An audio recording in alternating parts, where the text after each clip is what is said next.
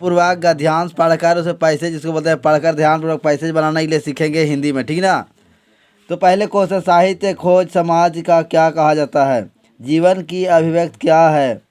साहित्य में हम किन भावों को प्रतिबिंब देख सकते हैं? यानी हम क्वेश्चन पढ़ रहे हैं, साहित्य के किस काल में अंतर देखा जा सकता है? देखिए बच्चे, अब हम क्वेश्चन पढ़ लिए, अब जब पढ़ेंगे तब हमको समझ में, साहित्य को समाज का दर्पण कहा जाता है। देखिए यहाँ पर है ना, साहित्य को समाज का क्या कहा जाता है? दर्पण में हम टिक करेंगे, क्या करेंगे हम? दर्पण में।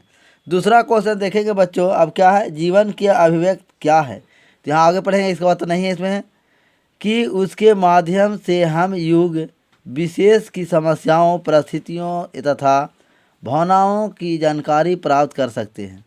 साहित्य जीवन की अभिव्यक्ति है।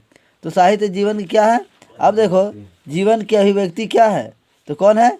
साहित्य। तो कौन है? देखो यहाँ पर साहित्य वो तो दिया ना, साहित्य जीवन की अभिव्यक्ति है। अब क्या करेंगे अगला क्वेश्चन, साहित्य को हम किन भावों और प्रतिबिंबों से देख सकते हैं? तो अब देखते हैं, आगे पढ़ते हैं।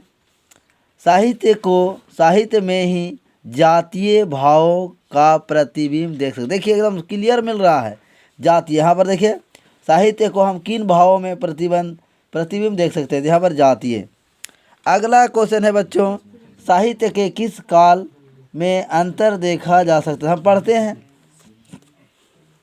तो हम साहित्य तो हम पढ़ते हैं, केवल प्रत्येक जाति, यहाँ तक हो गया। केवल इतना ही नहीं वरन ही जीवन की जाति के साहित्य के उनके विकास के अनुरूप समय समय पर अंतर पड़ता है। हिंदी साहित्य का इतिहास इन तथ्य की पुष्टि करता है। वीर गाथा काल, भक्ति काल, रीति काल तथा आधुनिक काल के साहित्य में स्पष्ट रूप से अंतर देखा जाता है। देखिए, वीर गाथा काल, भक्ति काल, रीति काल, आधुनिक काल का साहित्य में अंतर। देखिए यहाँ पर ऑप्शन क्या है? साहित्य, क्वेश्चन पढ़ेंगे, साहित्य के किस काल में अंतर देखा जाता है? तो वीर गाथा काल भी हो गया, भक्ति काल भी हो गया, आधुनिक काल हो गया, अर्थात इनमें सभी में टिक करेंगे बच्चों। तो इस प्रकार वीडियो देखने के लिए हमारे चैनल को लाइक, सब्सक्राइब, शेयर करना बिल्कुल ना भूलें।